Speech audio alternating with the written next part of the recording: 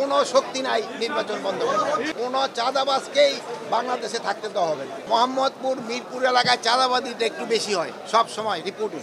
এটা চাঁদাবাদিটা কিভাবে কন্ট্রোলের ভিতরে আনতে হবে, মানে চাঁদাবাদীদের স্থায়ী বাংলাদেশে হবে না। এটা যে যত বড় চাঁদাবাজি হোক না কেন তারে আমরা আইনের আওতায় নিয়ে আসবো।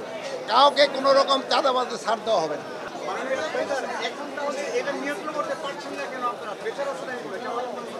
চাঁদাবাজের উপরে কোনো প্রেশার নাই।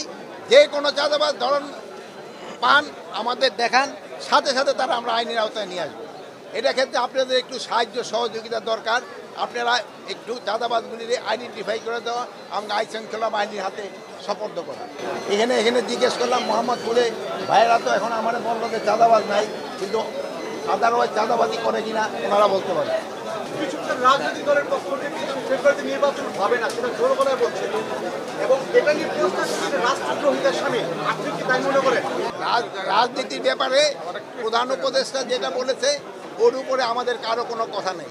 স্যারে যেই তারিখে বলছে ওই তারিখে নির্বাচন হবে, যেই মাসে বলছে ওই মাসে নির্বাচন হবে। কে কি বললো ওইটা শোনার আমাদের কোনো দরকার নেই।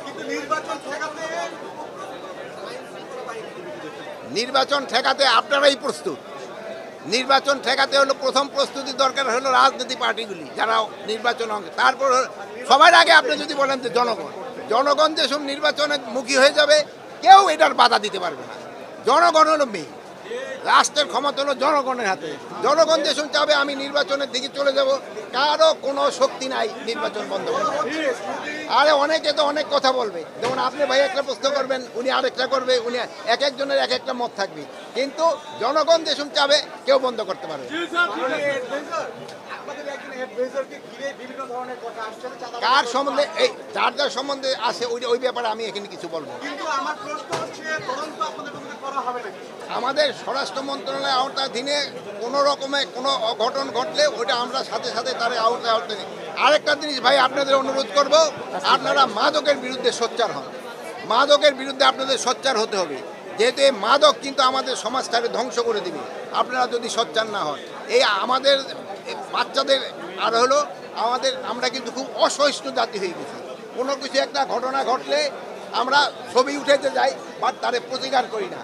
কিন্তু প্রতিকার করা একটা সমাজে যদি কোনো অঘটন ঘটে বা একটা খারাপ কাজ চলতে থাকে ওটা প্রতিকার করা আপনাদের ইমানই দায়িত্ব। আপনারা ওটার প্রতিকার করবেন।